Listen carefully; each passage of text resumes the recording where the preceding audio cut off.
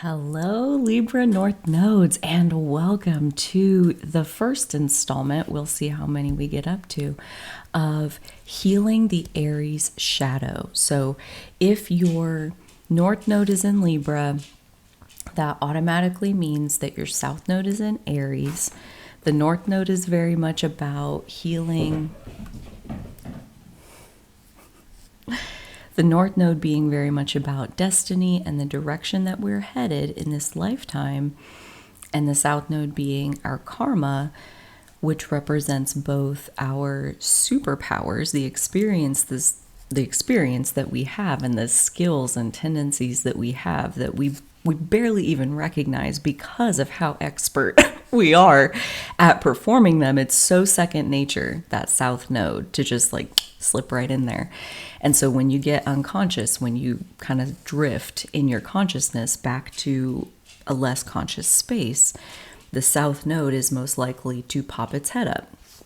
And I mentioned in the Pisces video, I believe, the Pisces shadow video, so like Virgo North Node, I mentioned that it feels really timely to be making this series right now where we have the sun moving through Libra, the South Node also transiting Libra for its 18 months of that transit every 18 and a half years. So the fact that we have the South Node and the sun meeting up in Libra, that only happens like once or twice every 18 and a half years. So this is a profound excavation of Libra archetype, and the sun being there, I think, is very North Node in energy. Like the sun itself, I think, is very much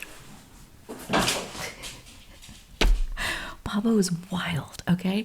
The sun is very much like the North Node because the sun is always opposite the earth. And usually the earth is not shown on most natal charts that we're looking at, but you know where it's at because it's always in the sign, exactly in the position in degrees opposite the sun. Sun and earth, they're opposites. And so that means that when we have the sun moving through Libra, the earth is moving through Aries, and the sun and the earth work in our natal charts. Like every single person has a sun sign and an earth sign, and they're always exactly opposite each other.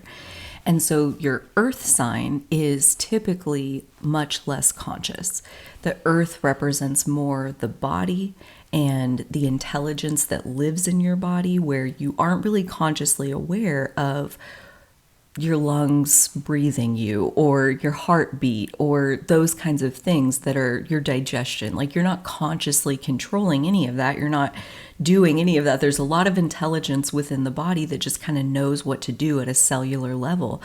And that is very much in your earth sign energy, your unconscious body self. And then your sun sign is more the light, the consciousness of like your personality and like who do you know yourself to be, consciously speaking, sun sign.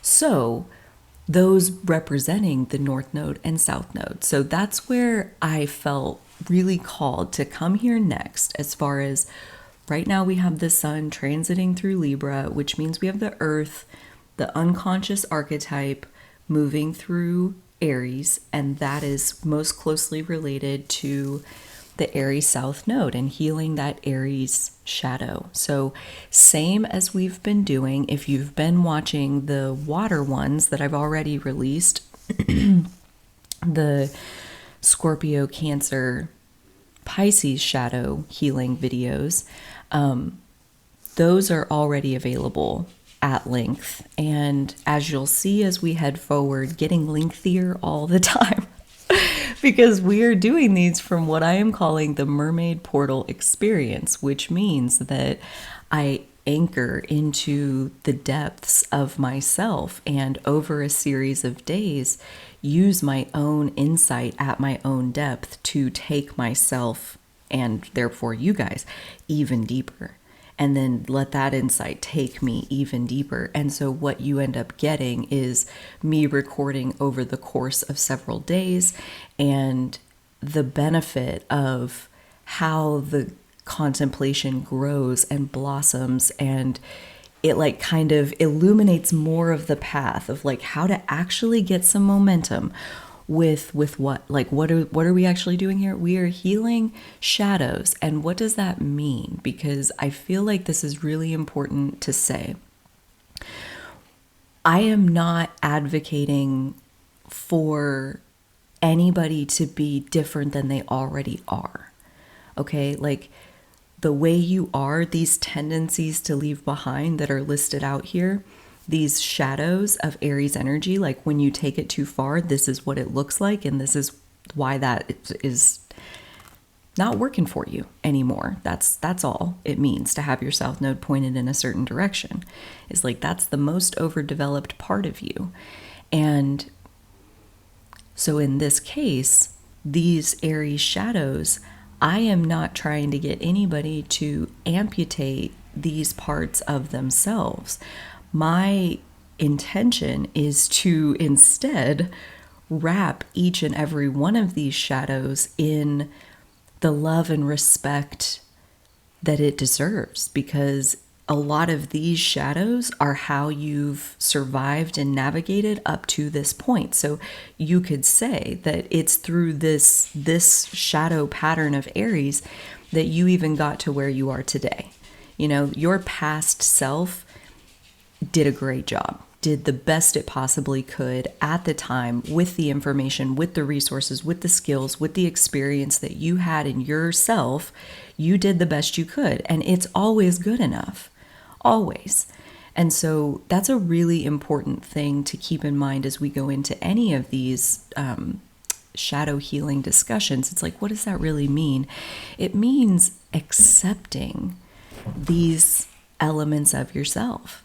Accepting them as, oh, I see how every single one of these 11 things that we're going to go through in the length of this contemplation, potentially over multiple videos, but this is the first one.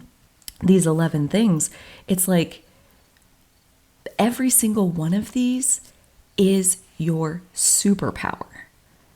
You have to know that, every single one of them. So like tendencies to leave behind is a somewhat misleading idea of, again, you're going to like take this off and leave it behind, like you're not going to do it anymore. And I don't think that that gives us enough space to actually get to where, right, like not so much tendencies to leave behind as tendencies to put in their proper place.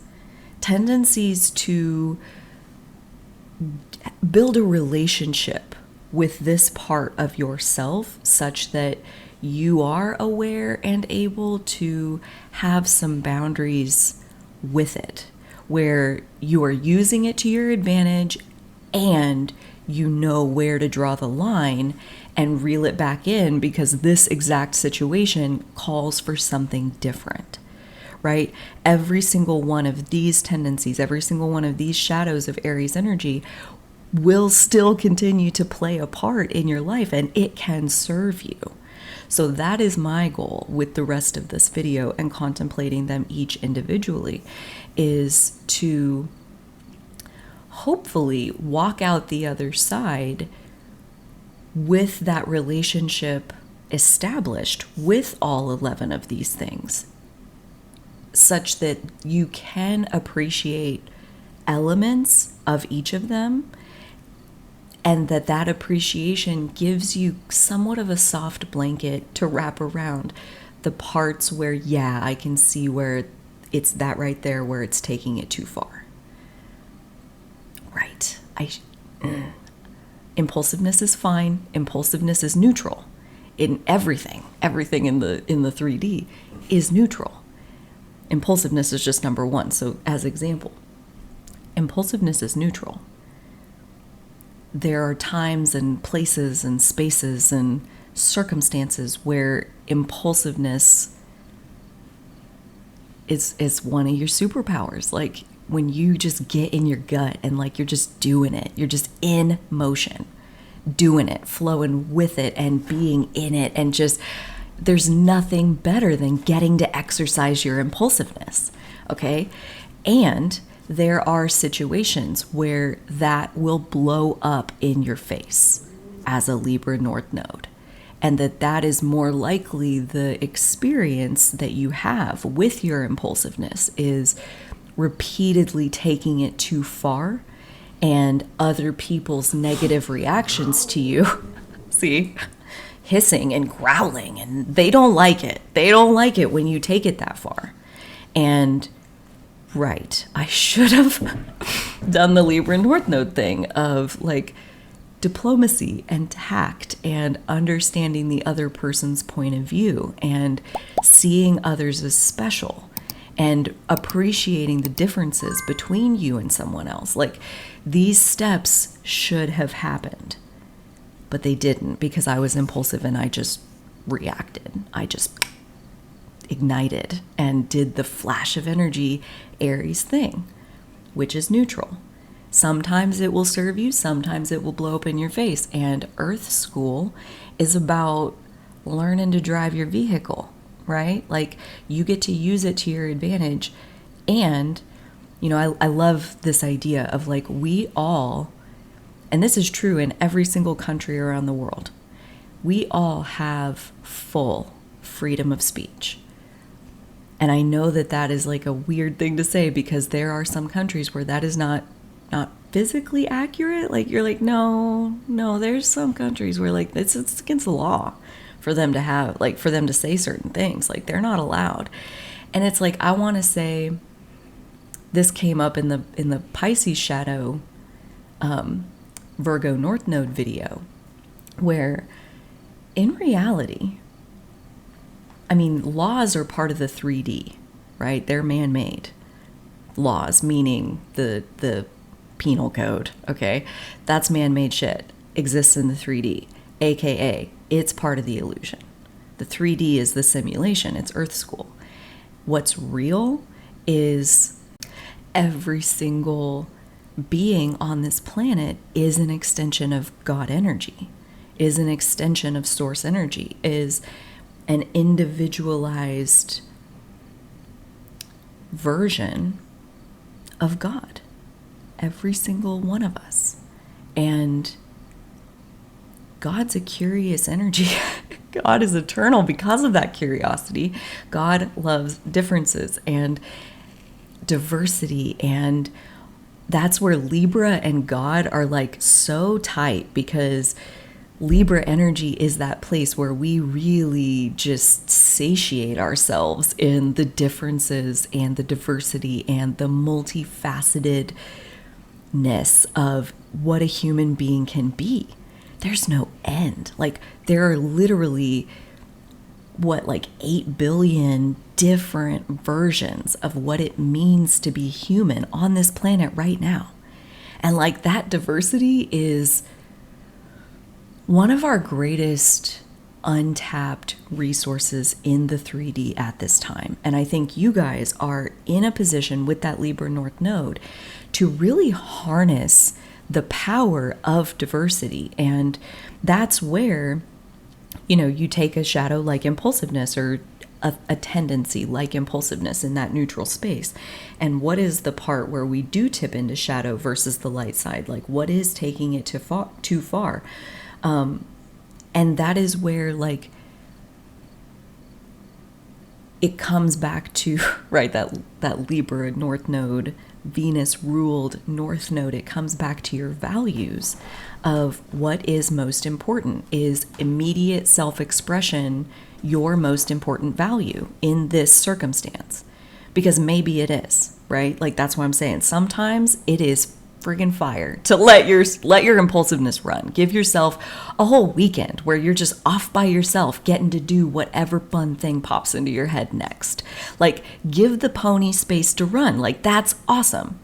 And when you are dealing with another person, now there's a relationship dynamic involved, and we have to ask ourselves the question, what are my top values within this relationship? What is my intention with this relationship?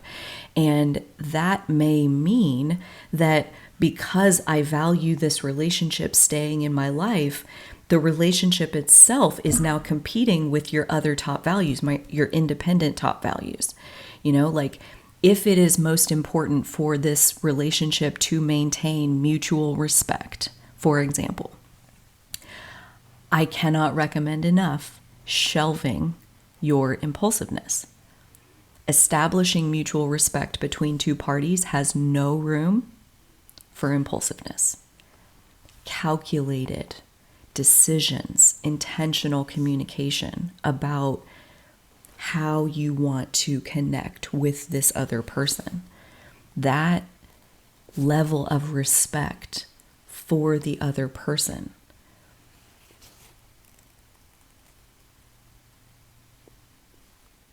Impulsiveness. Okay, let me take a step back here, because this is where I find it so fascinating to just keep going around the zodiac and keep talking to all 12 of the North Nodes and keep talking to all 12 of the South Nodes. And because here's who can follow their impulsiveness, but doesn't most of the time, unless it's serving other people, is a Libra South Node. You know, and if you're watching this video, chances are maybe you're not watching the Libra South Node material, but I do always recommend, like, check out the opposite, because you'll really start to see, like, really the differences between the two archetypes get painted as you study both sides. But it's so interesting because I have a couple videos on the channel talking to Aries North Node people, and they describe that, like, their impulse, their first impulse in any situation is to, like, be fair to the other person, listen to the other person, like, give the other person the benefit of the doubt, like, go through the process of calculating what is fair and just in this situation. And, like, they've done all of that, and it's like 3 days later, and, like, the opposite of impulsive, because their commitment to being fair to the other person means that their instincts, like, if anything, they fall into the shadow of, like, being more fair to the other person than they even are to themselves. Like, they're so caught up in the idea of fairness that they've lost the plot of, like, who they are and what they want, and is this the situation you want to be in or not? And you guys, like, the Aries South Node archetype, like, healing that Aries shadow perspective. On this end, it's like the work is in really clarifying your values and having a firm foundation under your feet that understands what is important to you personally and what is the basis of intention that every relationship in your life is built upon. Because every single relationship in your life will require a different type of engagement depending on who the other person is and your intentions with them, right? So relationship is an incredibly dynamic, especially for Libra North Node, like, where you're kind of coming to it as more of a beginner student. Like, relationship is a beautiful vehicle for creating synergy, for collaborating with others and getting further faster than you would be able to get by yourself, or potentially even reaching goals that are impossible to reach by yourself. For example, parenthood. That takes two people. Even if you're, like, you know, at a sperm bank or something, like, it still takes two human beings at this point. I mean, geez, who knows, like, where we're headed exactly. But at this point, like, that is a collaborative effort in order to reach the role for yourself personally of parent. You must go through that doorway with another person. And what I want to say is that there are many experiences in the 3D that are exactly like that. That, like, when you are playing the game of life by yourself, by yourself, you are able to access this level of experience. And when you include another person, when you add in the element of the reflection of yourself, right? Like, we're back in the mindset of, like, the time before mirrors, where Aries energy is pure beingness. It doesn't know what it looks like. It doesn't know, like, what's what or consequences. It's all impulse. It's all being. It's just, here I am. And it's beautiful. It's absolutely beautiful. It's where we all come from. It's the first zodiac sign. It's like the beginning of beingness. And it is beautiful. It's beautiful. And we all have freedom of speech. And none of us are free from the consequences. Ever. Ever, ever, ever. That's where you go from playing the game of life by yourself or including other people into that, either a spouse, a business partner, having a child. Like when you include other people up close to you in your life, what you're adding is the element of the consequences of your behavior reaching you faster, right? Because you'll see them in the reflections of the people that you're interacting with on a regular basis. And the closer they are to you, the more painful those reactions of theirs can be. And so looking at the reflection of yourself through how it's impacting another person, that can be a tender spot for this Aries shadow, where this place of impulsiveness, like the part where you take it too far, is you make it about you. And that's where, again, I go back to this foundation of your values and what is important to you personally, because that absolutely matters. And what are the values for this relationship, and how does the relationship itself rank in these personal values that you hold? Some relationships will fall here where, that value is not as important as this relationship. So I need to take this and check this part of myself, not amputate it. We're not pretending it doesn't exist. It does exist, and it is part of it, and it's meant to be part of it. And as we go more through all of the different shadows, that's a recurring theme of okay, so what do we do with this? We've got the impulsiveness. Okay. And what do we do with it? And that's going to be part of every single one of these, and wrapping them in that kindness and acceptance that they deserve is they serve an important function. So that's the goal, is to walk out the other side of this contemplation with a more loving, accepting relationship with your own Aries shadow. And because we have to build this in order to get to that part, a radical appreciation of the superpowers of that Aries South Node, and how the rest of us would freaking kill for some of the things that you guys just it's just your magic. It's just how you're made. And envious using you guys as role models to help me build up my own Aries energy, which is not my strong suit at all. So it is very much with love in my heart and respect for the wholeness of who you are that says you do not need to amputate a single bit of who you are. Okay? You get to be exactly who you are, and we can navigate this contemplation in a way where we make space and build boundaries in a way where you can keep everything that you are and move forward by expanding into even more space for you to be, right? Sometimes the answer is that you need to get off your own back about this. You need to stop giving yourself such a hard time about this, because it's just not true. That's not true. There's a whole different way to look at this. So let's look at that way, and then let's see how you feel about it. Let's see if you can breathe a little bit easier now, if there's not more space around you for this to exist. It can exist. It can have a beautifully channeled input into everything that you are. We are not meant to amputate our South Node off of our being. We are meant to harness it and take it into the other realm, right? You're meant to harness the best of what Aries energy has to offer and move forward into the phase of experience where you are having those reflections of who you are. And honestly, some of the hardest reflections for you guys to receive is to be loved. That is like the most foreign reflection, I think, for you, is when someone loves you.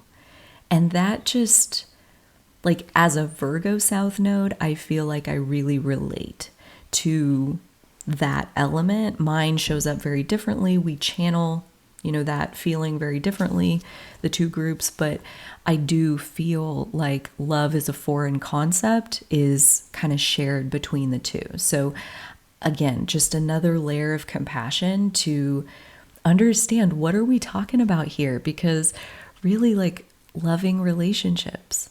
So not just relationship, but loving relationship. And how do you get to loving relationship is like, you got to be a part of that. You got to give love and you got to receive love. And like, nobody can receive love for you except for you. And like, there's just,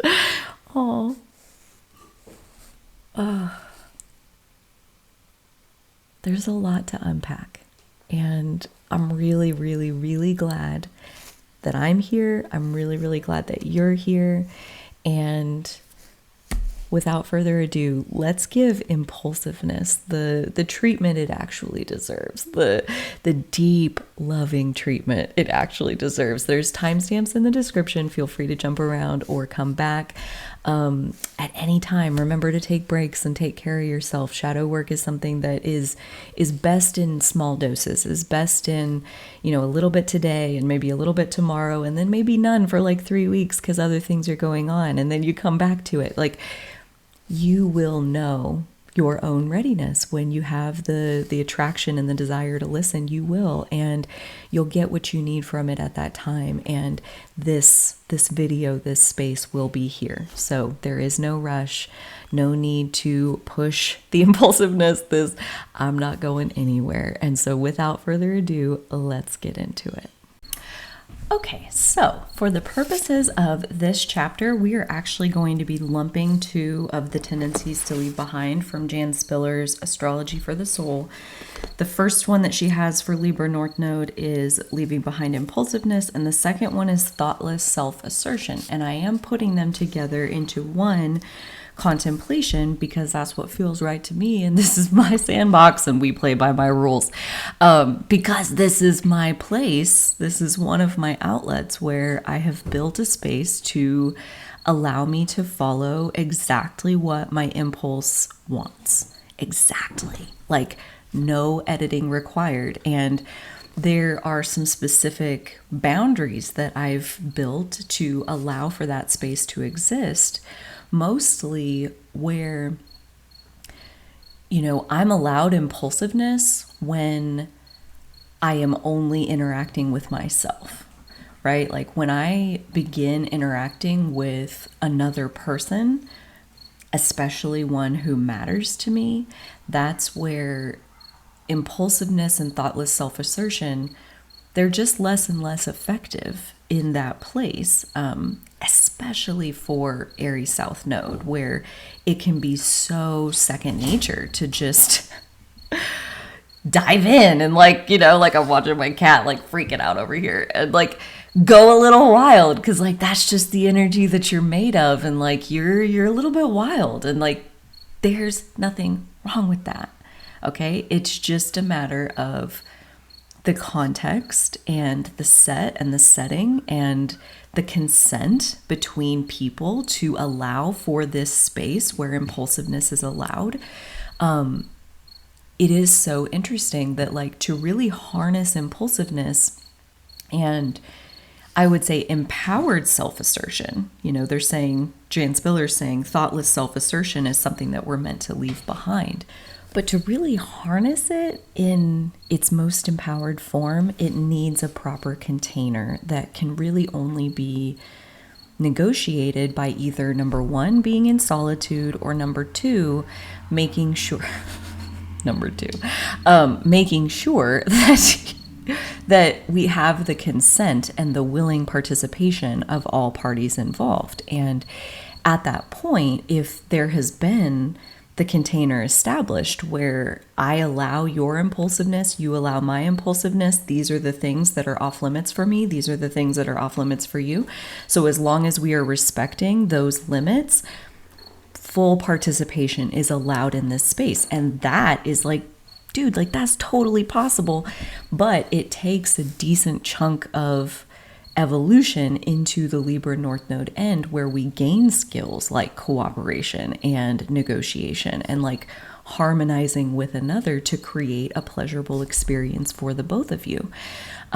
These things are possible. And I want to start with like this overarching intention of what I see from the Mermaid Portal and this shadow healing series as a whole is like, I want anybody watching this to spend time in this space and walk out a stronger, more accepting of self version of themselves, right? Like I want this space to nurture and cultivate greater self-acceptance, greater self-love. So from that perspective, that like dominant intention, I need to start by honoring how difficult it is to think about not acting on impulse.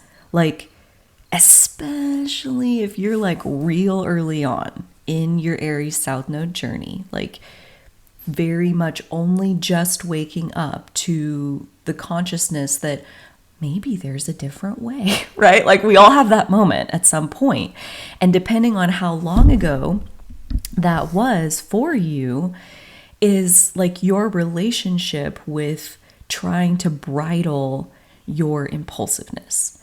And in those early days, I mean, I'm getting like a headache even just thinking about like how uncomfortable, like just freaking painful it is to like hold that life force back.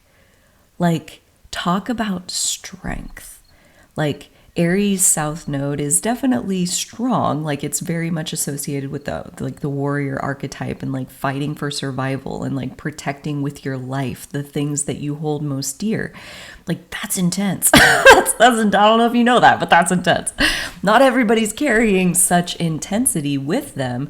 And so it just like is fascinating that not only are you one of the most intense life force energies like poking their way into the physical, but it's also in your work as a soul group, as like a Libra North Node group, or really anyone who's wanting to heal that Aries shadow and blockage within themselves, is like harnessing impulsiveness is one of the things that needs to happen. And when you're Aries South Node, you're airing with your impulsiveness on the side of way too much, you know? Someone with like a very different configuration, like for example, an Aries North Node, where like they've got the opposite thing going on. It's like their shadow in impulsiveness is like they are so unwilling to act on impulse. They're like analysis paralysis over here with their Libra South Node. So like you guys have this particular shadow in a heavy dose where your life force energy is so strong that what you need, I mean, and I, dude, like, I hope it came through that, like, I feel your pain as far as, like, what I'm asking you to do, as far as, like, putting a bridle in that horse's mouth and, like, teaching it to follow a little bit of, like, direction, as far as, like, yes, you are powerful. Yes, you still have a lot to contribute, but you're not allowed to just, like, buck and kick and, like, go crazy. Like, you're not allowed to do that in certain spaces. And in other spaces, we'll take the bridle back off and we'll let you run free, right? Like you need those spaces. I highly encourage you to have those spaces, again, mostly in solitude, mostly like you experiencing that and kind of getting that out of your system by yourself. And then when you interact with other people, their values and their intentions for the relationship, along with yours, are both instrumental in deciding like, what is this container going to be? How much of myself is welcome and consented to in this space? and learning how to respect those different containers of me and this person, we have this container. Me and this other person, we have this container where like only this little teeny bit of me fits here. Okay, like that's common, right? Like there are lots of people who have no space in their lives for you. That's a real thing. And there's other people who have whole wings of their house that are just sitting vacant and they're like, I would love for you to be here. You know, that can happen too. And, you know, so all of the space in between, right? Like the container that you have with the person is very much based on what your intentions are towards them and what their intentions are towards you. So like, for example, like just to make sure this is totally practical, since we have all the time that we want, is like, okay, so let's say you're in a mood where you've got massive energy flowing through you, like just it's unstoppable. And let's say you are in the middle of an interaction with this other person, or let's say like you have plans with this other person here in like an hour, you're supposed to go be with this other person. And you're sitting there like either from in the middle of it or you know coming up that like this energy that's inside of me that like wants to flow, that like wants to come out like right now, like it's present right now. I'm seeing that like it doesn't fit in this teeny tiny little box. Like I am so full of all of this and like this is not enough space for this that's present right now to exist. So like let's say you're in that situation, like what am I supposed to do? Like the box is only this big, I gotta get in it. No, you do not. You do not have to get in any box that you do not fit in that moment. And just because you fit in it yesterday doesn't mean you have to get back in it today. You may or may not fit back in it today. And if you don't fit, then you should leave. Okay? Like other people do not have to open more space in their life for you. Other people don't have to, you know, tolerate behavior from you that they don't personally want. Right? Like other people get to have their boundaries as far as what they're willing to accept from you and what they're not willing to accept from you. And you are allowed to flow any and all of the energy that you have in your system in the exact time that you have it. But sometimes, oftentimes, that most likely is going to require that you withdraw from, you know, like I'm in the middle of this space and like, you know, I love you. And I am so inspired right now. I need to get back to my studio so that I can like deal with this. Okay? Like I know I'm cutting our time short. I will follow up with you soon. Thank you so much. And like, I gotta go. Like I'm bigger than this right now. Like you gotta honor that. Okay? And like give that some space to exist. That like, you're not always supposed to just like get in the box. Like that's not the way it goes. And let's say that, you know, you've got this dinner coming up that when like in an hour, you're supposed to go meet up with this person and you're just like totally all like in this realm and their little box is this big for you. And maybe at that point you call them and say, I think we need to reschedule. You know, like I was really looking forward to our time together, but I have some things in myself that I need to exercise. And at that point, you know, maybe physical exercise is truly what you need to do, like to physically expend the energy that's inside of you. But I would never advise, you know, taking your massive energy, knowing that this person only has this much, and trying to take what you've got and fit it down into their box, their little space for you, because you're going to hurt them.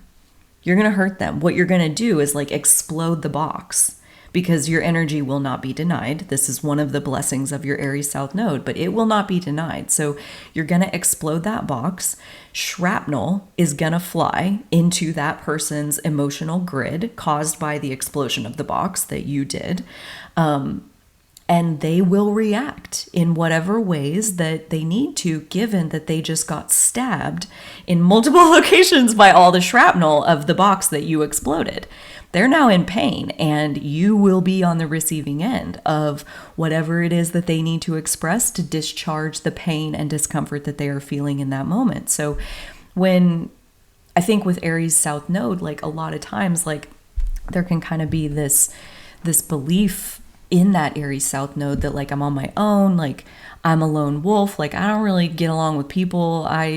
Me and people, we don't really mix. Like, I'm better off by myself. Like these kinds of things. And it's like, I think so often it's just this thoughtless self-assertion. It's like assuming and forcing your big energy into little boxes where you don't fit.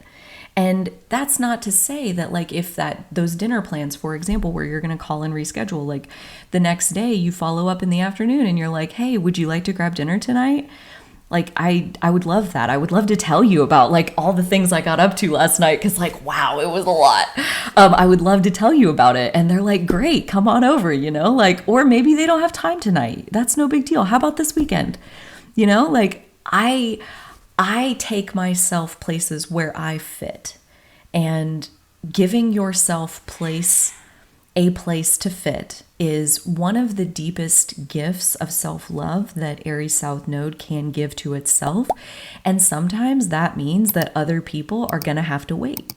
It all comes back to a sense of your values. And I start here as far as like laying down this foundation that can ultimately help you to harness the blessing of the shadow side of the Aries archetype, because everything that exists in the physical is for our higher good. Everything that exists in the physical can be used as a tool. So this shadow of impulsiveness, I think what it shows you is, where do you fit in this moment?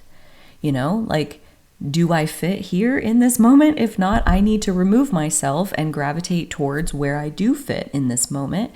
And there will be, like, if you used that as far as your beacon for relationship in general, like, and I'm thinking work relationship, friend relationships, romantic partnerships, business partnerships, like with the Libra North Node, you're pointed towards partnering, like lots and lots and lots of partnering. So like, even like I said, like not just your spouse, that's definitely a big one, but like your business partners or close friends that you have for a long time, or like whatever it is, that is absolutely something that you're meant to do, is like get into these long-term relationships with other people and practice sustaining them.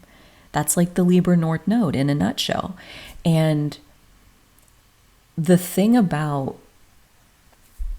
hurting someone that you care about, it's like a piece of paper. And when you have a new relationship, it's like a new piece of paper, totally flat. And when you hurt them, when you move into their space in a moment when you don't fit there, and you get in the middle of that space and you blow it up, now they're covered in shrapnel. They got things sticking out of them every which way.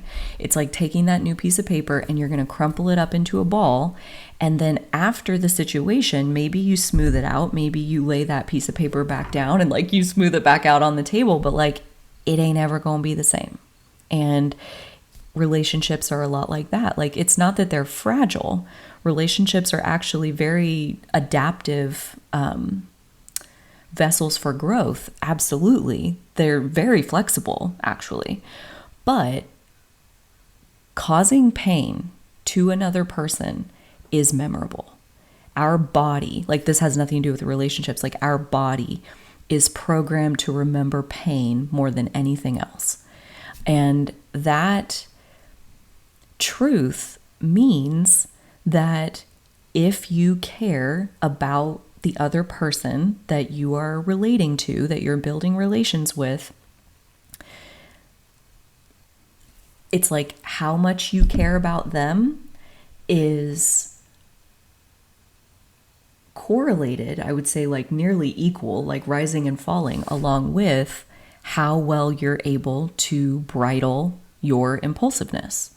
And the thing about love is that we end up finding something that we care about more than ourselves. And it opens our heart to a place where now there is a higher value. There's something more important than immediate self-expression. There's something more important than immediately letting my impulse run free. This other thing, this relationship with this person, this co-creation with this person, like I love that. I love it and I value it and I respect it by only engaging with it when I fit in that relationship. And I think what you find as you harness your impulsiveness, as you practice being more measured, being more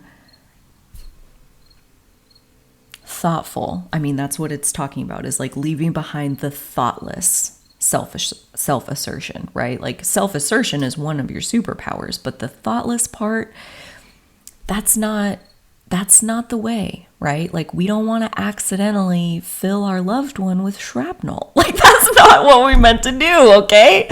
And that shit's hard to take back. Have you ever done it? I'll bet you have. I can't imagine that you haven't experienced exactly what I'm talking about. I myself have done it many times where you cause damage that you cannot take back. That piece of paper will never be uncreased ever again. Those creases will never go away. And eventually the paper no longer wishes to be creased anymore. Usually, right? Like that's the end of that relationship.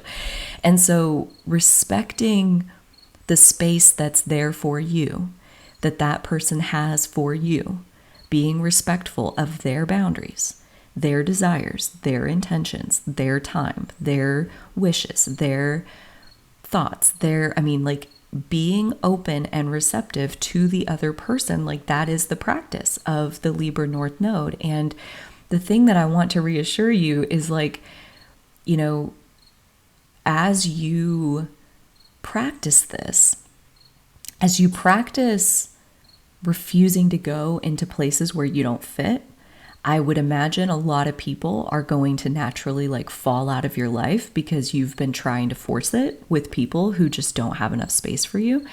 And I think that's kind of like normal. And that's what's leading to that conclusion of like, I don't get along with people. And it's like, dude, we all get along with people, but all of us only get along with the right people. Okay. And it's a common South Node experience to attract people early on who are reinforcing those patterns that you're trying to leave behind. And you're like, I fucking hate this. So it's like that early pattern of I don't get along with people. Maybe you just haven't met the right people yet. Maybe they're, you know, there is, I'm not even maybe take that out of it. Like there is space in certain people's lives where again, like they are already having a relationship with someone exactly like you through their visioning, through their dreams. Like they are trying to manifest you and they absolutely intend for all of you to fit there. And so it really comes back to like the chicken and the egg, because I know you haven't, well, this is what's coming through in channeling. I'm guessing some of you have maybe, or like you've seen it to greater extents possibly, but like I'm channeling that like you've never seen somebody who is able and willing to accept you in such a huge dose. And so you believe that it's not possible. And it's you believing that it's not possible that is keeping that away. Because whether you say you can or you say you can't, you're right.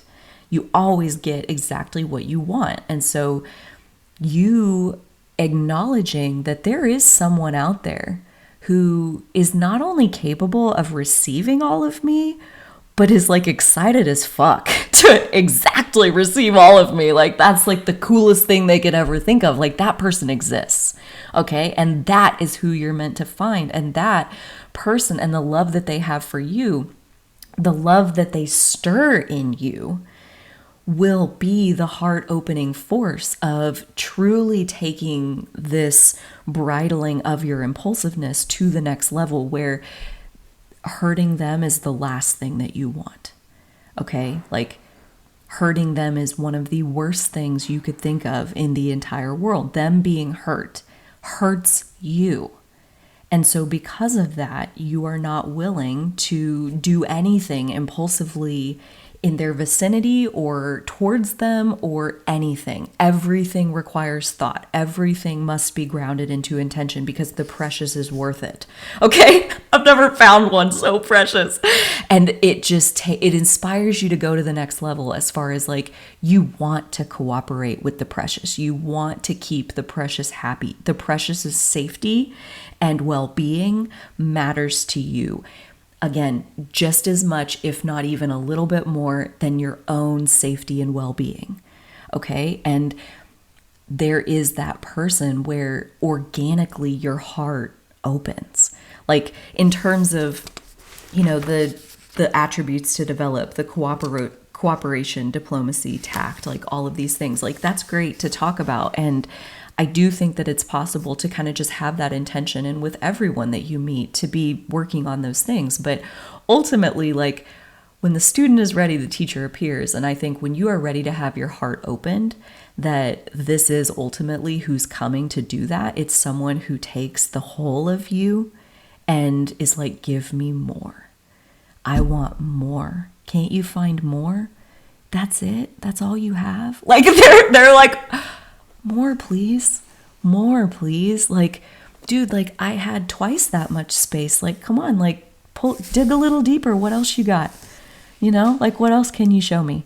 And like, that's who it is as far as like, they cherish the hugeness of your life force energy, and ultimately your full self, your full impulsiveness is welcome inside this relationship. But you don't just wake up inside of that. It takes a lot of negotiation and building of trust and mutual respect and understanding intentions and boundaries from both sides to be able to get into that space where your wholeness is free to run as wild as you want. And like, again, they're not just tolerating it. They're like turned on, loving it, been waiting for you their whole life. Okay. So practicing recognizing, where do I fit and where don't I fit? And not everyone fits everywhere. Okay. And not everyone has enough space in their life. Like even what I think like is so bizarre is like, there are some people where they could literally give you all the space in their life. Like you could be their whole focus and it wouldn't be enough. Like it wouldn't be enough space for you to exist in your wholeness, like inside the life of someone else. Like it's just never going to be enough. So cultivating your own space for your wholeness to exist, where your impulsiveness is 100% allowed to run free, I think that is like really the turning point as far as like you deserve that space. And so the more you give it to yourself, the more you'll start finding it inside relationships. And the thing that I really want to lay on here as far as like emphasizing everything in the physical can be used to our benefit. So like impulsiveness is fascinating because what it ultimately is like there is no distance between non-physical and physical. Like there's no gap between I want this and I'm doing it. Like desire fusing with action, like soul fusing with physical. Like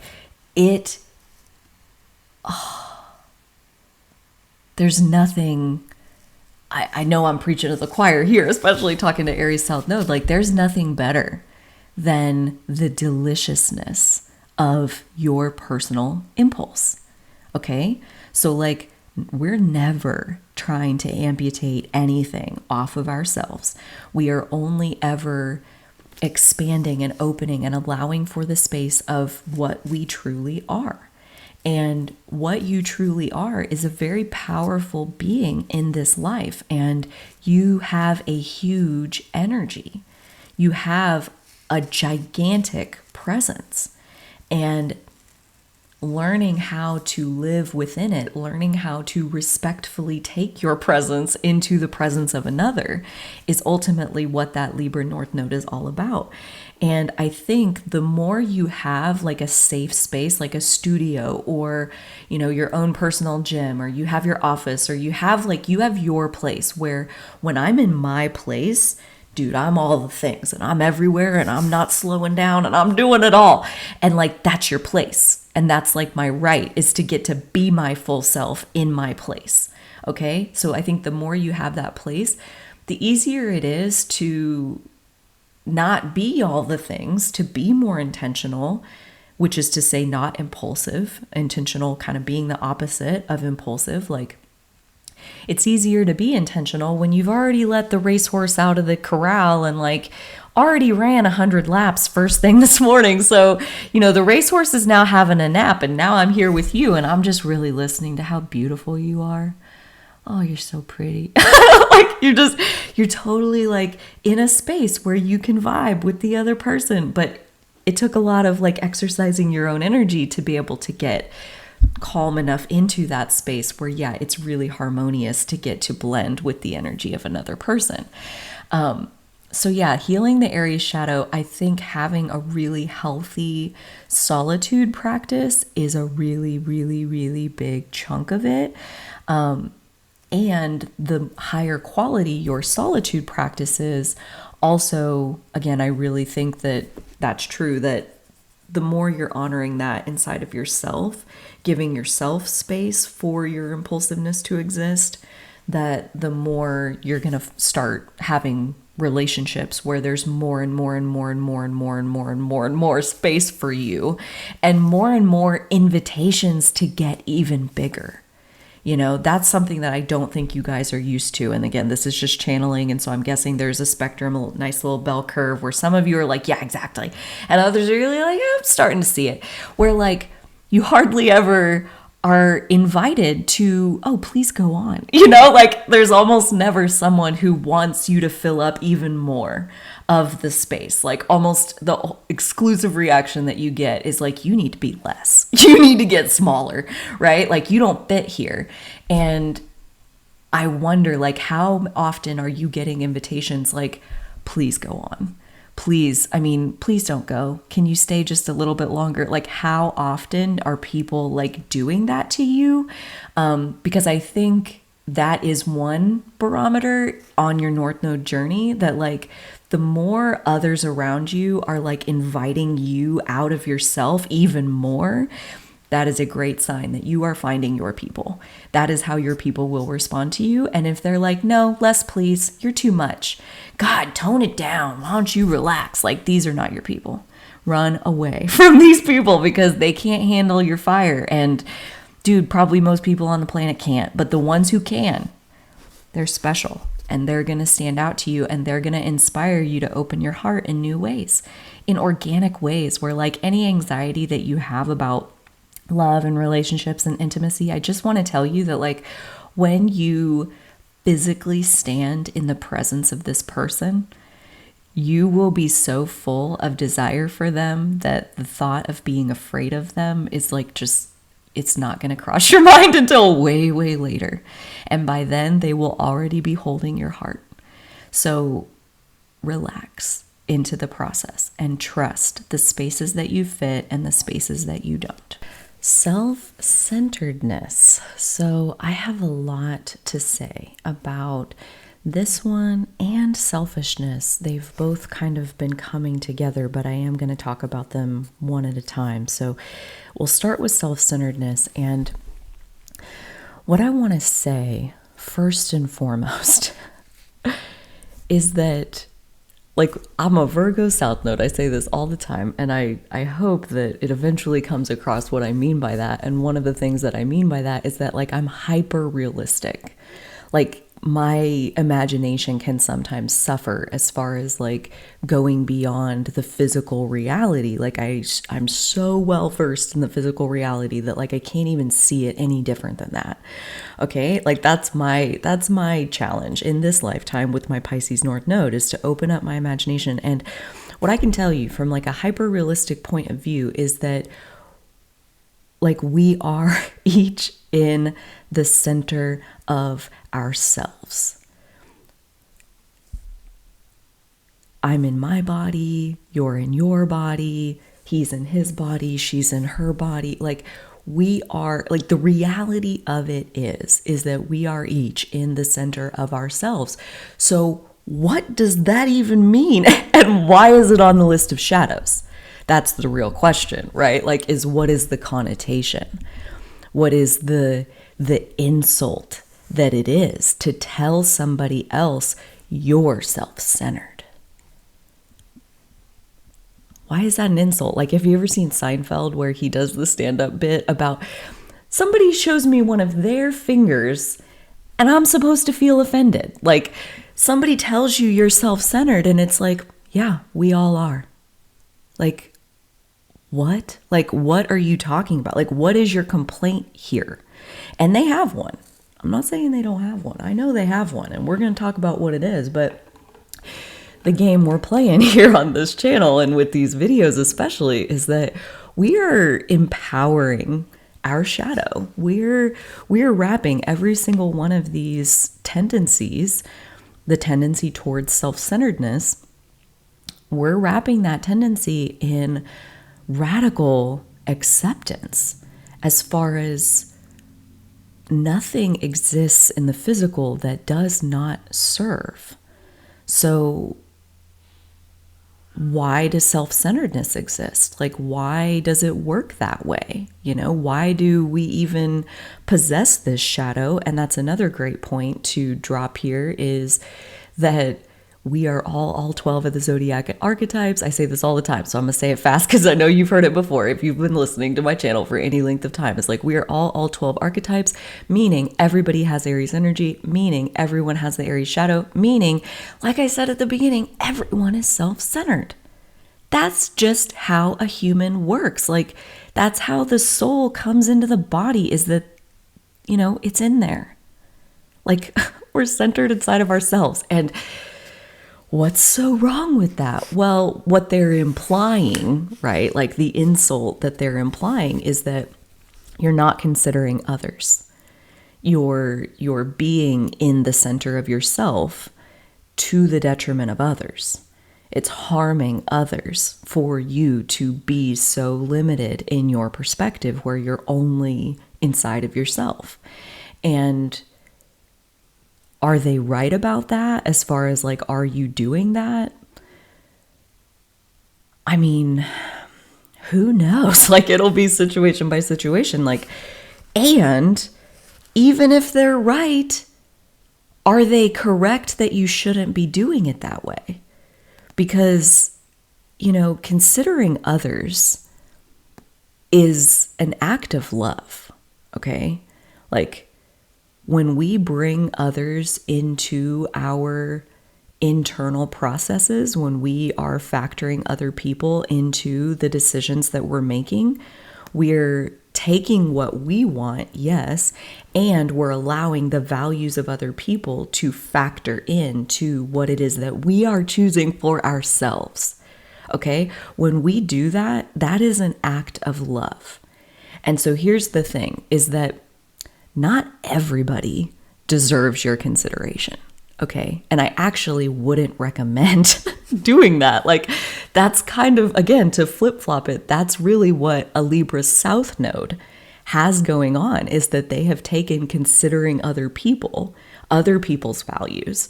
They've taken that to the extreme, where they have no, like, a brand new Aries North Node has no concept of who they are. Who is the self at the center of you? They literally have a bunch of other people from around them at the center of them. Their values, the other people's values at the center of them. So, like, that is presenting a whole host of problems all by itself. And that's a great place to say, you may enjoy watching Aries North Node content just to see, like, all it is like trading one shadow for another. So like, whether you are chronically locked inside of yourself to the detriment of being able to see what other people are doing, or you are chronically open to what other people are doing to the detriment of knowing yourself, there are challenges and pain associated with both of them. And it's like all relative. So, I mean, there is not one that's better than the other. This just happens to be the conversation for healing the Aries shadow, where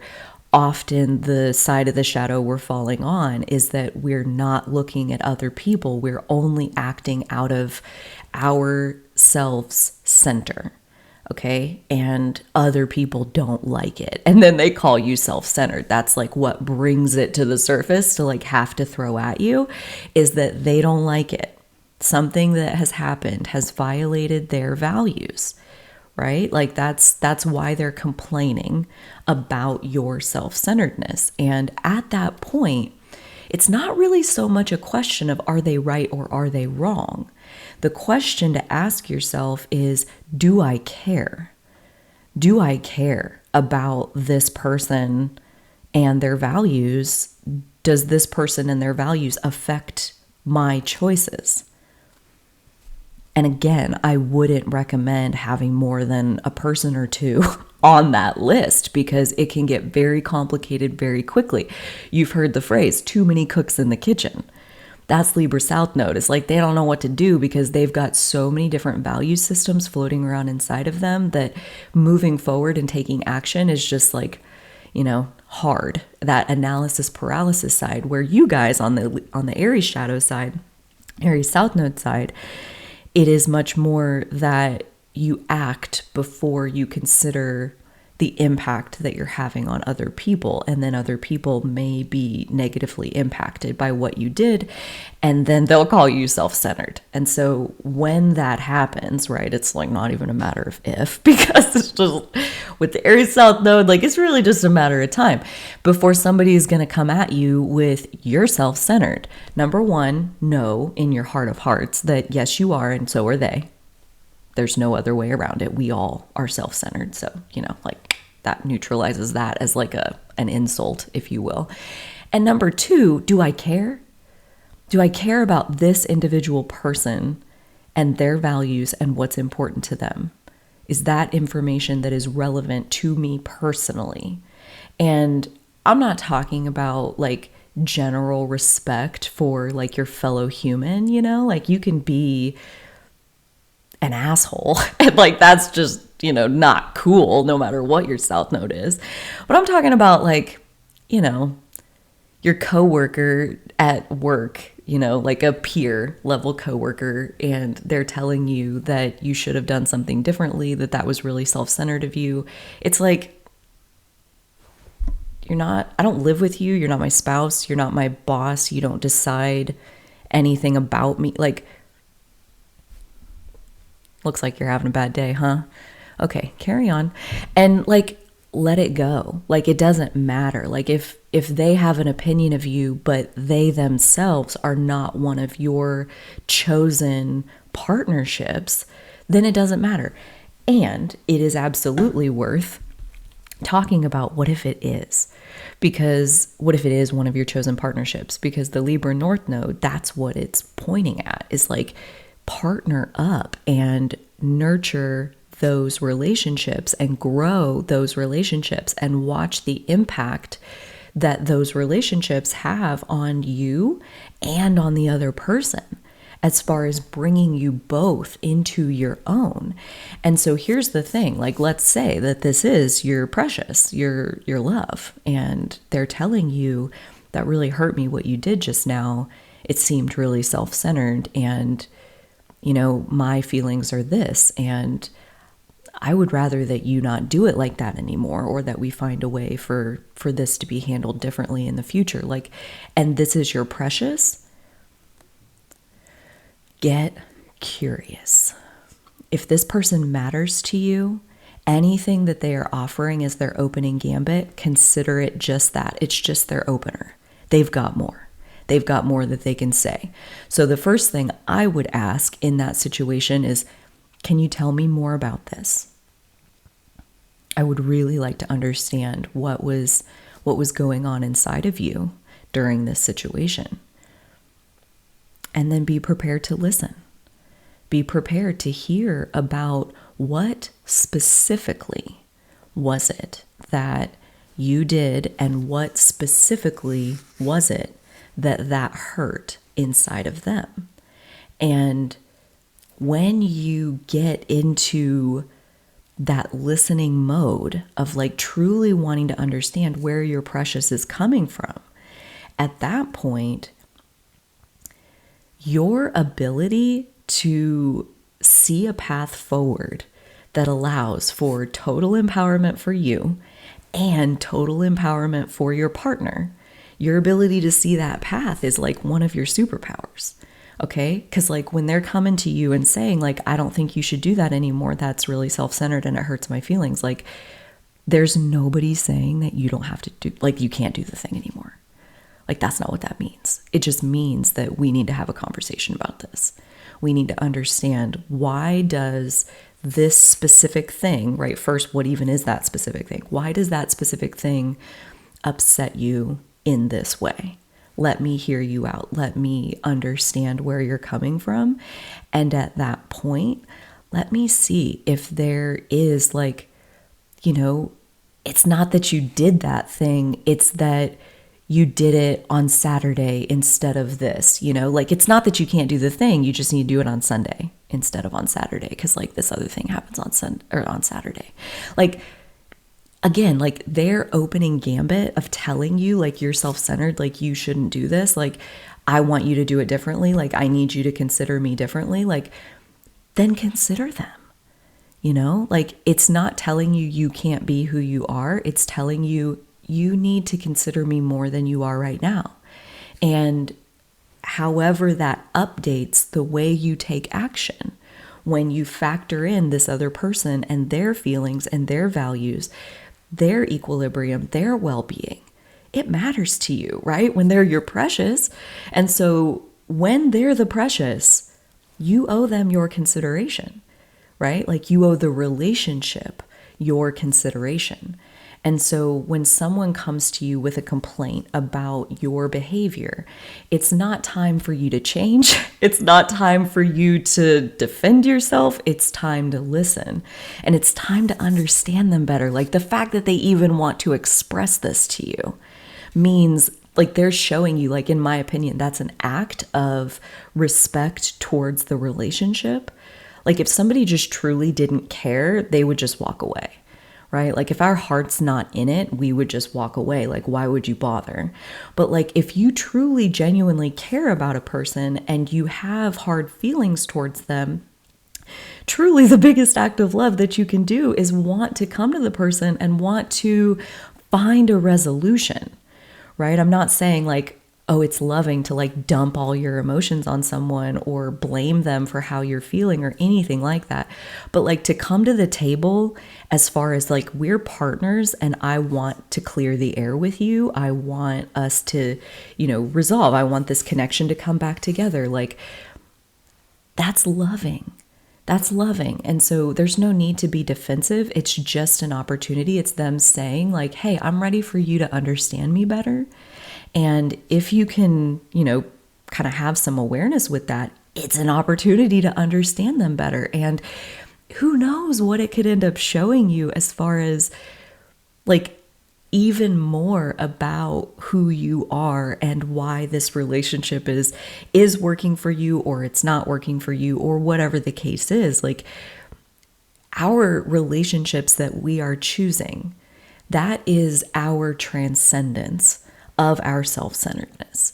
When we choose to enter a relationship with someone, whether that be our friend, our partner, our business partner, our, you know, whatever it is, like when we choose a relationship, when we choose to commit, that is us saying that I am operating at least one level above self-centeredness.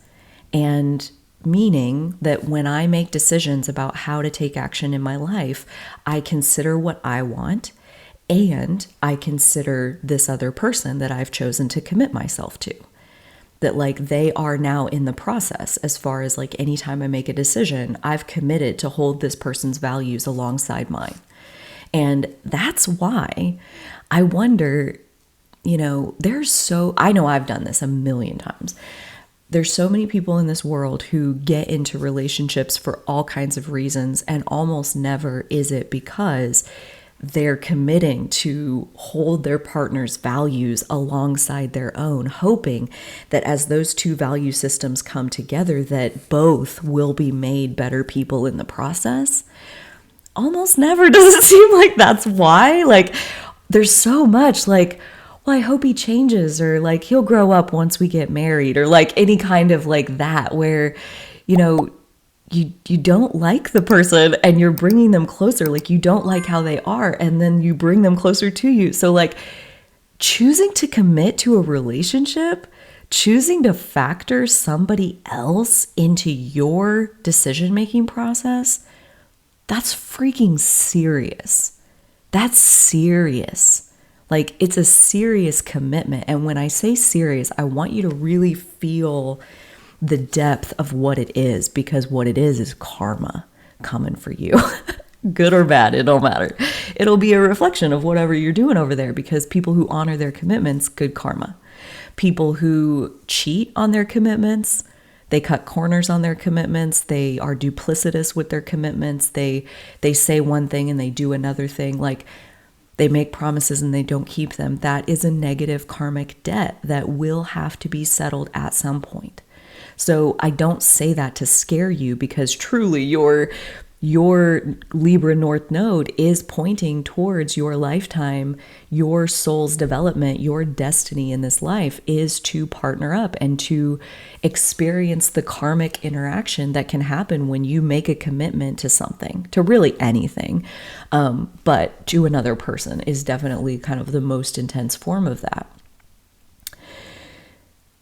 And I also say it because it's worth understanding your urge to stay in a spacious place of self-centeredness. Like, that's delicious to me. And I really, I don't care what that one says about me. And I don't care what that one says about me. And that one can fuck right off if that's how they feel about it. Like, dude, like, you guys have this immunity, this like letting it roll off like water off a duck's back. Like, other people's opinions, like, they have such a hard time reaching you and your sense of self. And so I want you to just like really relax into your self-centeredness, honestly, like going full circle with like, that is how we all are. We are all in the center of ourselves, hopefully, right? Like, that's like best case scenario. And you guys with the Aries South Node, what that's saying is that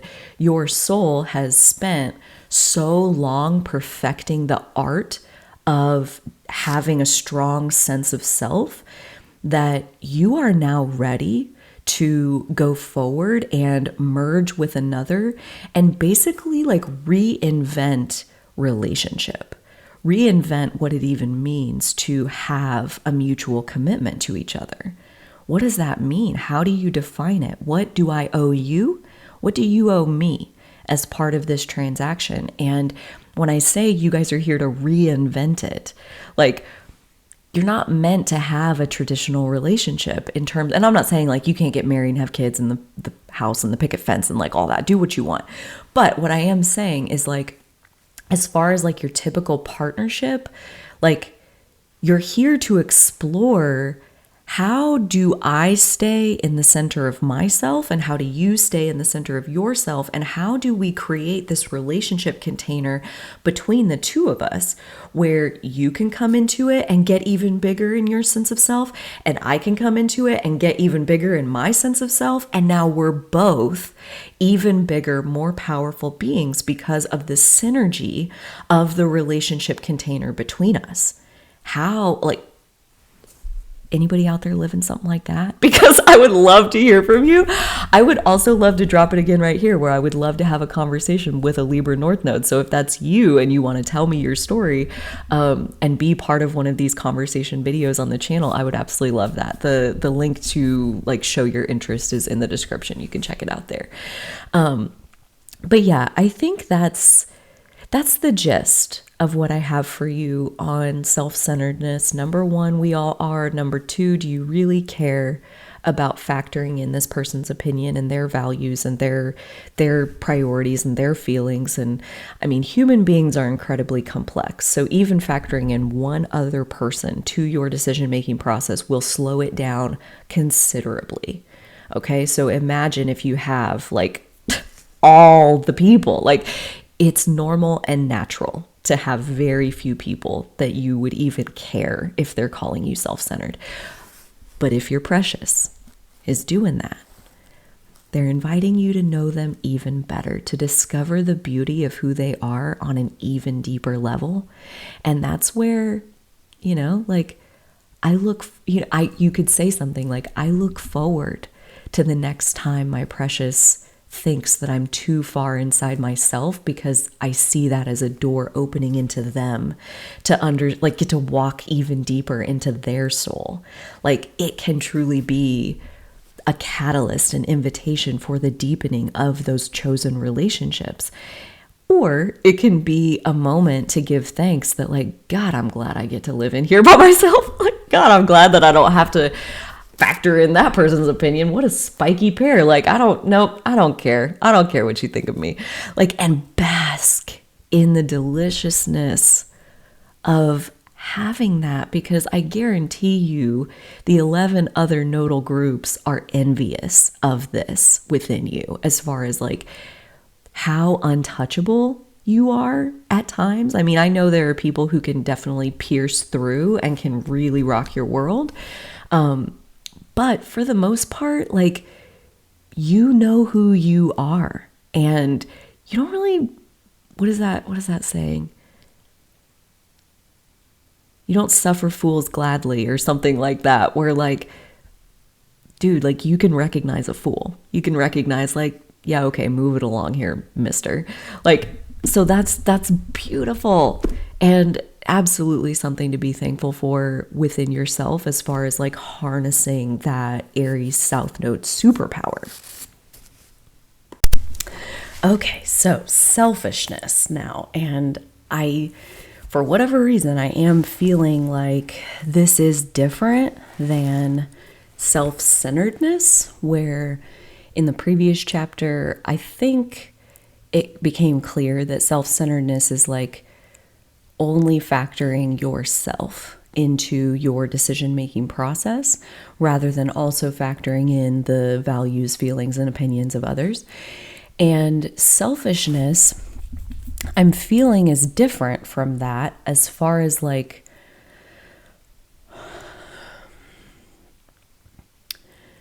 how attached are you to having what you want? And how attached are you to having what you want? I think another way of saying this, as far as selfishness, is like, how strong is your ego? How strong is your will? You know, like selfishness. Like, I see it as the ability to fight for what one wants. Selfishness. I'm not letting this go. I get to have what I want. No, but that's what I want. So that's what we're going to do. Like, it's just selfishness. Like, what I want should happen. What I want, I deserve, you know? Like, there's all of these different layers and facets to understanding and unpacking what even is selfishness. What does it mean? And again, I think it's very much the strength of our ego, the strength to fight for self. And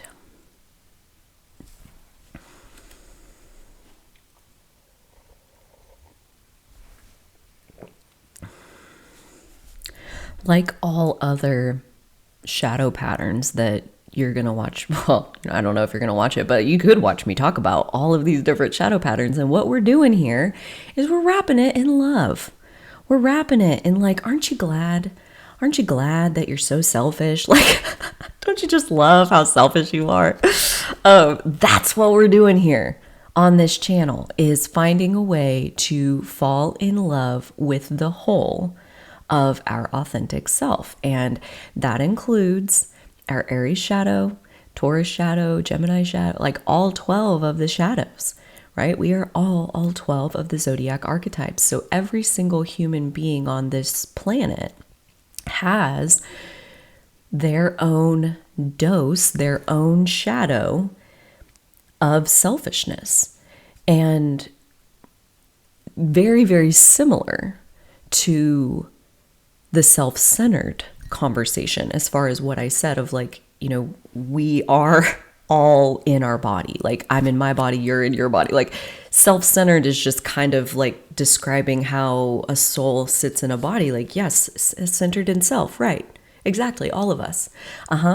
And selfishness, okay, so like here's an example of like, let's say you are really, really, really, really, really hungry, and there's another person who's really, really, really, really, really hungry, and there's only one piece of food. There's only one thing that can be had, and it can't be shared for whatever reason. And like, it's just here. And there's you that's really hungry, and there's them that's really hungry. Who's going to eat the food? And I want to know, like, you know, especially if you made it to this part of the video, like tell me down in the comments, who's going to eat that food? Because I guarantee you, it's the one who's more selfish. The selfish survive, right? Like it's our selfishness that tells us to take the food away from that person so we can have it, so we can live longer. Okay?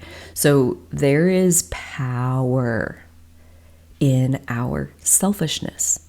There's power in knowing so clearly what you want and knowing so clearly that you should have it. Like, again, I think if you did go around watching the other South Node, like healing all the other shadows, like you would see, especially the water shadows, like, dude, you got to check it out. Like the water shadows, no matter which one you look at, Cancer, Scorpio, Pisces, all three of them, anybody with their South Node in any of those places, it's like you don't have a sense of self. Like you don't even know what you want, let alone like going after what you want. So like grounding into the earth, like Earth North Nodes, like that's kind of what they're doing. Is like even trying to figure out like, what even do I need? Like how even do I know what I need? You know, like just total mystery when it comes to the self. And you guys, the Aries shadow space, I mean, fire South Nodes in general, like there's just so much more like oomph in that. I mean, water is a much more subtle energy, though no less powerful, I will say. But yeah, this fire South Node certainty that lets you fight for self, like that says, no, I know I can do this. No, I know that I can set my mind to this and I will make it happen. I'll just fight it until I win. Like I'll just keep going until I have whatever it is that I decided I need or want or whatever. Like, again, there's such a teeny distance in Aries energy, which is beautiful. Teeny distance between what you want and having it. Like, and the thing is, like, again, it proves how effective it is to know so clearly what it is that you want. And so that's where I think Aries South Node, one of your superpowers is intention setting. So like once you crystallize that I want this, there's a teeny little distance between I want this and I'm having this. You know, so you can let your selfishness work for you in terms of, one of my other favorite connotations of an Aries South Node is that you can transfuse confidence into other people. Like, let's say what you wanted, what yourself wanted more than anything else was for this person standing in front of you to feel confident and self-assured. That's what you wanted. And that's what you were selfishly going to fight to have. Like at that point, when you set that intention that I want this person to feel their own power, the world opens up in front of you as far as manifesting that, as far as like saying the right thing at the right time for them to be able to hear you, for them to be able to open up even more into their own power. You know, like if your self wants to take the power that you already have access to and light up and activate as many of the other ones so that they can feel their power too. Like, again, if that's your intention and that's what you are selfishly fighting for, as far as nobody could get in your way of that, nobody is going to tell you like, oh no, you can't do that because you don't have, 5 years experience doing it. You're like, fuck off. Like, I'm doing this. Like, that selfishness is like a boat motor, like turning a paddle boat into a motorboat, as far as like the power that selfishness brings to the manifestation process. Oh, that was so fun to say. That was so really good. It's intense. Like, you guys and your pretty much all the fire south nodes, like, you're a powerful manifester. All you have to do is point at it and it will be. And so I say that as far as like classic Spider-Man, with great power comes great responsibility. Like, careful what you point at. Okay. Make sure you're pointing at things that you absolutely intend to have them come true.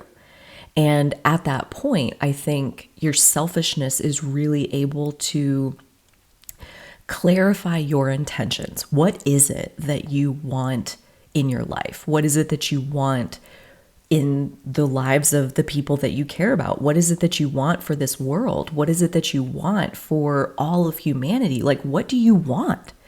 What is your deepest self desire? Because there is nothing better for showing us who we are than studying our desires. Studying the things where we get real stubborn, where our ego grabs a hold and says, no, you will not do it. You will not do that. You will do it like this. And like our selfishness, like propelling us to fight for our way. Part of me wants to say, like, trust your way. And the reason I give that to you in the middle of a shadow work discussion that's telling you to like be less selfish, like in the book, the Jan Spiller book is like Tendencies to Leave Behind Selfishness. And I'm telling you, like, trust your selfishness to point out like what is the clear intention that you have. What is it that you want? What do you want? You can have whatever you want. Okay? And I think there's a lot to be unearthed in terms of this shadow work conversation, as far as not so much answering the question of what you want, because as I've already described, like being crystal clear on what it is that you want, there's such a no gap space between what you want and having it. And around each one of these shadow patterns, having a relationship with each of these parts of ourselves and having boundaries with each of these parts of ourselves, letting them all sit at the table, and having our higher selves conscious awareness lead the table, right? Like, be our divine tiebreaker. Our selfishness is showing up at that meeting of like all the parts of ourselves. We're all sitting at the table, all of our facets, and the selfishness comes and has their report of like, I want this, I want this, I want this, I want this, I want this, I want this, I want this, I want this, I want this, I want this. And you're like, oh, thank you. Thank you for showing me what I want. And then, as far as how do you actually do it? How do you actually manifest what it is that you want? How do you get to the outcomes that you desire? That's the work of a lifetime. And your Libra North Node is wanting you to practice things like tact and diplomacy and tailoring your approach to suit the individual person in front of you, not just giving the same approach to everybody. Like, there's so much that's going on kind of simultaneously with all of this that's saying, your methods and your tools that are in your toolbox, like adding in some of those Libra tools of diplomacy, tact, those kinds of things. None of that is saying that you don't still get to have exactly what you want. And it kind of similar to the self-centeredness conversation, when somebody's calling you selfish, typically what they're saying is that you should be serving me instead of serving yourself. You selfish son of a bitch. Like, how dare you serve yourself? Like, you should be serving me. Like, is that not the definition of selfish? Okay. So like anybody who's like throwing that ball at somebody, like calling somebody else selfish, like that shit is a boomerang. It's a mirror. It's like they are witnessing their own selfishness and they don't like it. And like it's triggering to them. And none of that's really your business unless we ask ourselves the question, do we care? Do we care about this person? Are we intending to like have a relationship with this person? Is there a container established here? And that's where they're introducing this comment about your selfishness. Like, have I committed to this person in some way? Because now what they think about me is a lot more relevant. It's not replacing my heart's desire, but it is absolutely informing how I get there. Because if I committed to this person, if I want this person up close to me in relationship with me on a regular basis, that relationship container, that space between the two of us, I fit there and they have to fit there. So that space is like a function of compromise, essentially. And compromise doesn't have to mean lose-lose, although it often does. It's like, see, we're compromising. Neither one of us gets what we want. And I'm like, fuck, like you're doing it wrong, man. Like that's not how compromise is supposed to work. Compromise is to create win-win. So again, like you can keep a hold of your selfishness as far as like, where do you feel like you want to go to the mat and fight for like, no, I get 2 days off a week. You're not going to work me 7 days a week. You're going to give me 2 days off a week. You know, like at that point, your selfishness is like wanting to roar up and like fight for you, to advocate for you and stand up for what you need in that moment, what you desire in that moment.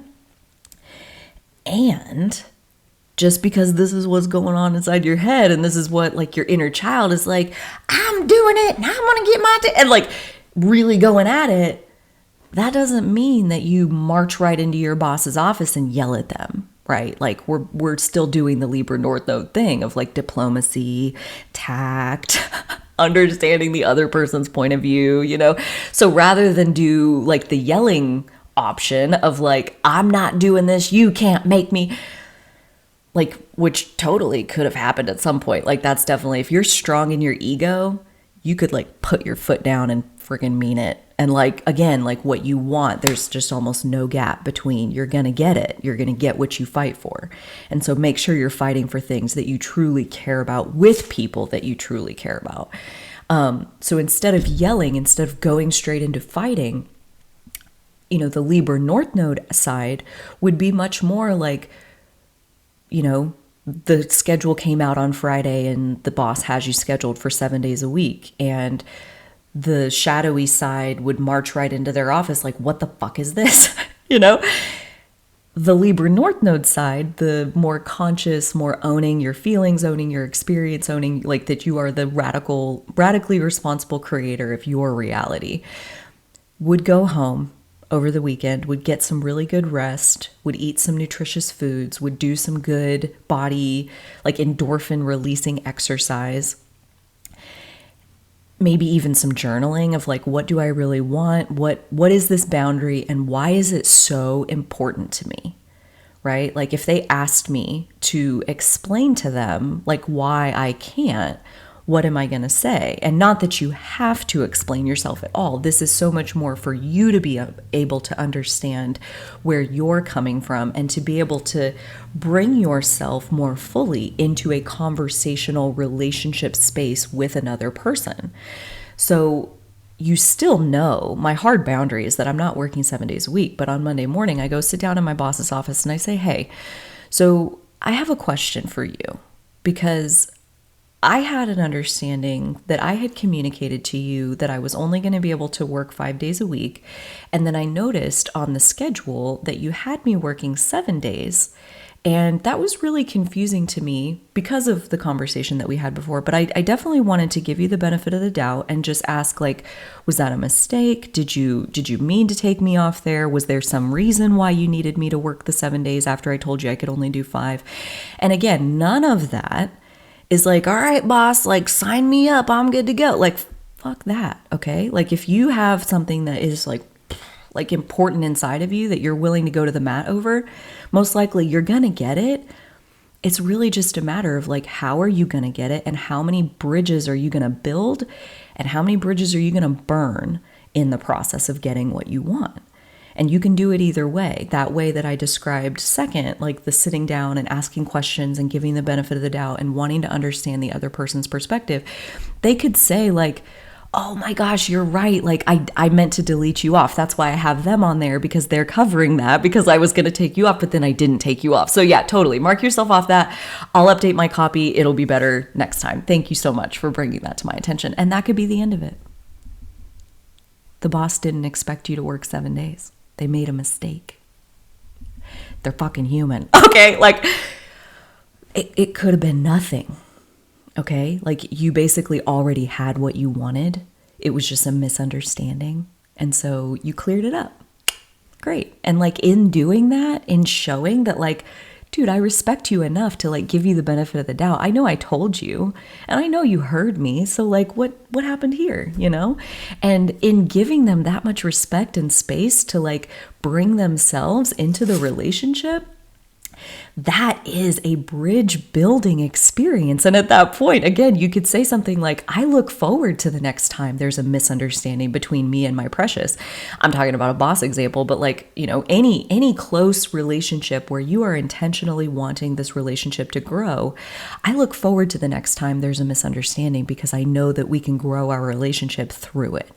I know that I can understand them even better in the process, and they can understand me even better in the process, right? Like our relationship can get stronger, and that's possible. That's possible. But you got to be exercising a lot more of like the Libra North Node, the diplomacy, the tact, the space, the conversation, the listening, the seeing the other person's viewpoint as just as correct as your own, you know? Like, right, you're not going to work the 7 days a week. Like you absolutely know only 5. That's what I'm doing.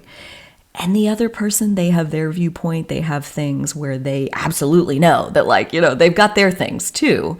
And usually I feel like there's so much space between people to like work these things out.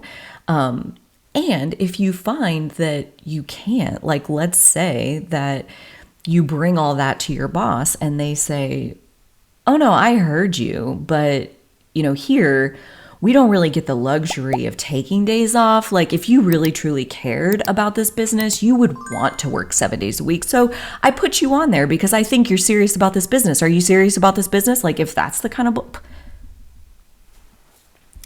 you know, I thought about giving you 2 weeks notice, but I don't think I'm able to do that. Good day, sir. And hand in your key card, hand in your thing, like mail me my final paycheck. Like I can't work with this. Like that person who's wanting to like power over on you, that's not a healthy relationship, right? And that's probably something else that you may have run into is like, when you're doing the Libra North Node thing and you're like, oh, I should get into a relationship.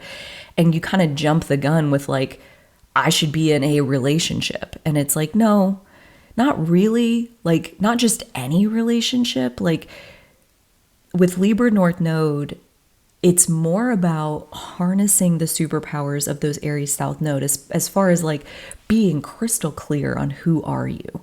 And then let that take you down a path of who you are, and let that put you in the perfect place at the perfect time to meet someone who is a beautiful reflection, an expansive reflection of who you are. They make you fall even more in love with yourself. They make you fall even more in love with living life on this planet. They bring new experiences. They bring greater levels of fulfillment and harmony into your life. Like that is what you're looking for. And if it's not that, leave it alone.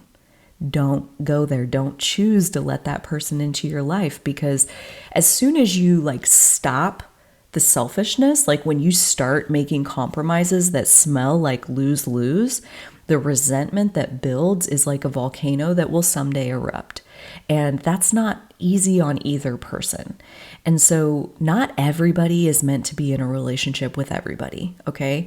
And part of the discernment that is that Aries South Node superpower is that you know exactly who you are. So if somebody annoys the fuck out of you, most likely it's really easy to be like, okay, thanks, but no thanks. Like, easy to say, myself doesn't like this, right? And again, that's a place where our selfishness can truly work for us, is like, I want myself to be happy. I want myself to enjoy the people that I'm spending time with. And I enjoy spending time with myself. So if I don't enjoy spending time with this other person, I would so much rather go be by myself in company that I enjoy than to waste time on relationships that are not growing both of us, that are not expanding both of us into even more of who we were born to be. Okay, so like if that's your intention towards relationship and you're selfishly fighting for that, I think what often gets mistaken as selfishness from the outside is really good boundaries. Like my intention is to have a relationship that sounds like the one I just described, where it makes both of us bigger. And if it's not that, then I'm not indulging, I'm not engaging in things that are not that. That's my boundary. And then other people are like, oh, your standards are too high, or you're too selfish, or like whatever it is. And it's like, I just know who I am, and I like myself enough to not subject myself to things that I don't enjoy. Okay, so if it takes me a while, like I get to enjoy my own company all of myself for a while before there's another person to like reflect back to me and, like have this relationship experience where it's both of us now, I'm okay with that, and be selfish enough not to settle. That is, again, where we can take that tool of selfishness, that strength of our ego to fight for ourselves. We can use it to get the life that we want to have and to not settle for an existence that isn't for us. Again, I'll contrast it with the Libra South Node, the opposite of you guys, where they have so many other people at the core of their identity that they are living a life that is a reflection of the hodgepodge of other people that they're valuing in their life, and their self doesn't really have its hands on the gears or the steering wheel, the pedals, the brake pedal, the gas pedal. Like their true self is not touching any of that. Like their facade, their mask of pleasing the ones who matter to them. And there are a lot of those, like that's who's driving their vehicle. That's what their life is a reflection of. And again, they've got superpowers all their own. Like, don't let me paint a picture here that makes you think like, oh, they got the shit end of the stick. Like, no, they've got superpowers that would put other groups to shame. Like every single nodal group has superpowers that are unique to them. And that's why they can be celebrated and held up as valuable, because only 1/12 of the population has these superpowers. But you guys have, your true selves, feet are on the pedals, your hands are on the steering wheel, your true self's eyeballs are looking out the windshield, looking in the mirrors, looking behind. Like your real self is so present in your life, and sometimes to the point where it looks to other people like you should be giving more to them instead of yourself. And again, like one, selfishness is a strength. Like it's the ability to fight for self. So, doing that means you're going to get yourself to where you want to be, but it also means that other people may not like you all the time because they think you're selfish. You should be different than you are, or whatever they think about you. And at that point, it's like they may or may not be wrong, but it's also like, do I even care? Do I care about this person's opinion of me? Because, what are their motives? What's their agenda? What do they want to see happen here? And do I think that their values and their opinion are important enough to consider in my actions? Like, are they relevant enough to me to influence my behavior? If it's my precious, then yes, right? Like that's an important person in our life. But if it's like, some driver on the road flipping you the bird, if it's some like snotty-nosed coworker at work telling you that like you're being a dick and like you're not pulling your weight, like, but your boss loves you. Like, I mean, there's so many people with so many opinions of us. And if you tried to care about them all, you would literally lose your mind. And so it's okay to be selfish. It's okay for other people to call you selfish and for you to not change course. What's not okay as far as your Libra North Node is concerned and the karma that you're here to kind of heal and what you're trying to develop is like when you commit to a partner and then you don't heed their invitations to come closer to them, like them calling you selfish. It's like, I want to better understand, like, what is it that you feel I should be giving to you that I'm not? What is it that you're missing that I should be giving you that, is causing you to feel this way? And again, very similar to the self-centeredness chapter, that doesn't mean you have to give it to them. Like you may dig and dig and dig, and they may not even really know what it is that you should be doing differently. It might just be like they're triggered, they're in their emotions, and like that's not really you. That's them. That's like them being reflected to them. And sometimes it's like we have hidden expectations, I think, that can often be at the root of calling another person selfish, where we call them selfish because they're not doing what we think they should be doing. But then when it's like, okay, but what should I be doing? Like we can't even necessarily articulate our own expectations. And if we don't know what they are, then sure as shit, the other person doesn't know what they are. And so again, like sometimes those misunderstandings that can happen in relationships are a portal into deepening not only our understanding of the other person, but our understanding of ourself. To be triggered by your partner because you feel like they're being selfish, that's a beautiful opportunity to ask yourself, what are your expectations of them? And have they been communicated? Like, have you told this other person that this is what you expect in relationship? And maybe you have, and that's a situation all its own. And maybe you haven't, because the thing about relationship is that it can show us things about ourselves that we didn't know yet. It can teach us things about what we need that we didn't know yet.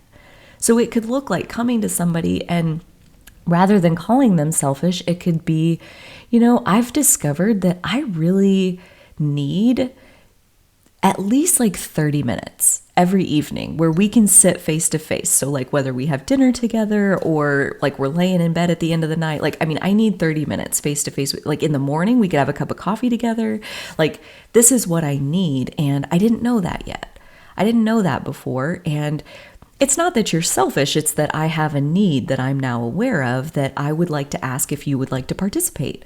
Would you like to, have a 30-minute FaceTime with me every day? And you don't have to call the other person selfish to make a request like that.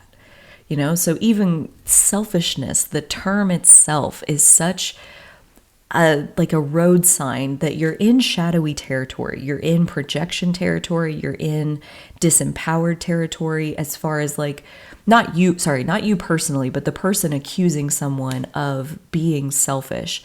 That person who's accusing of selfishness, like who's accusing the other person, they are not standing in their true power, like just like we've been describing, like with the Aries South Node, there's such a teeny little gap between wanting something and having it.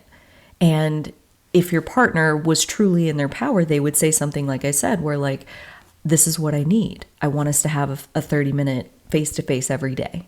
Like I feel like we go days sometimes and like we barely see each other in passing or whatever it is. I want us to sit down for 30 minutes every day. And like that gap between wanting something and having it, like when you ask for what you need in clear language, clear owning it language, like this is my need and this is what I want. The answer is almost always yes, But when you come at somebody and you're like, you're so selfish, you never even spend time with me. Again, that's not healthy relating. And you're not here to dance the same old dance that like the people that are really a fan of relationships, like that they're dancing on this planet. Like you're here to live something different. You're here to live a version where I'm in my power, you're in your power. If you need something, ask. You know, don't come at me with like, I should have known better. I should have read your mind. Like, no, you are responsible for yourself. You are the radical creator of your reality. And if you want to make your reality a certain way, ask for it. Say it out loud. Own what you need, you know? And so that being a much more stable foundation of relationship in general, where, you know, you and your wholeness and your power, and them and their wholeness and their power, and nobody's taking responsibility for the shadow of the other person, right? Like when your partner comes to you and says you're selfish and you're like, oh gosh, I'm so sorry. Like, what do I need to do differently? Like, that's not you and your power either. Okay. So like every single one of these tendencies to leave behind are like little radar sparks, like I'm seeing a radar screen where it's got little dots on it of like, those are ships coming towards us, or like those are airplanes coming into whatever airspace, or like all like this Doppler almost. And I forgot where I was even going with that, but these yes, every single one of these, it's like a dot on the screen as far as being able to recognize how fully am I in my power? How much am I choosing this relationship with the person I'm interacting right now? Like if I'm interacting with someone that I'm not even choosing to be in relationship, and now they're calling me all these things, they're like projecting all this shadow on me. Like, you're not even my person. Like, you know, water off a duck's back. So, but like when it is your person, opening up and like letting their needs and their feelings, their values, their all of that, letting that exist within the space of yourself. Your like destined relationship is meant to make you stronger as a person and meant to make them stronger as a person. And honestly, your selfishness is one of the engines for how that's going to happen. Your willingness to fight for yourself. You are like the best role model for your partner, teaching them how to fight for themselves, right? How to come to you and say, this is what I need. This is what I want. Look, I had this idea. How about we do this? I really need us to do this, you know? So yeah, like you being strong in your sense of self and standing up for yourself can really rub off on others. That classic, like you can transfuse and infuse confidence from yourself into other people when that is your intention. When that is what you want, that is what you will have, and other people will be made better by your selfishness, believe it or not.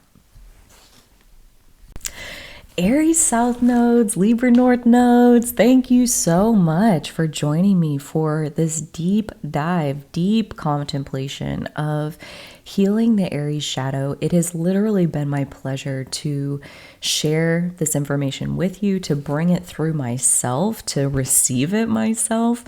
I'm not even an Aries South Node, and still I feel like this was very empowering and very relaxing in terms of allowing there to be plenty of space for your whole self. You get to have all the space you need to have exactly what it is that you want. And it is so beautiful to get to study all of the shadows, really, but I've greatly enjoyed my time with you in this Aries shadow contemplation. If you've enjoyed it too, I would really appreciate a like on the video, subscribe to the channel if you like North Node content, authenticity content. That is essentially what we're doing here, soul growth in general. And also, one of my favorite pieces to get to see is in the comments where you are resonating or you have a slightly different experience than what I'm talking about, and you're sharing, and then the conversations that happen between all the different people that are Libra North Nodes or even trying to heal their Aries shadow, like that they're talking to each other, that you're supporting and cheering on each other in the growth that each of you are doing. Like, it's just so cool to get to watch like the little mini community that happens underneath each one of these videos. So Thank you for taking a second to share any thoughts, to read through the comments that are already there, to cheer on another person. Thank you so much for everything that you're doing in your life to be the version of yourself that you were born to be. And until next time, I do hope that you will take such good care of the being that you are, and so will I.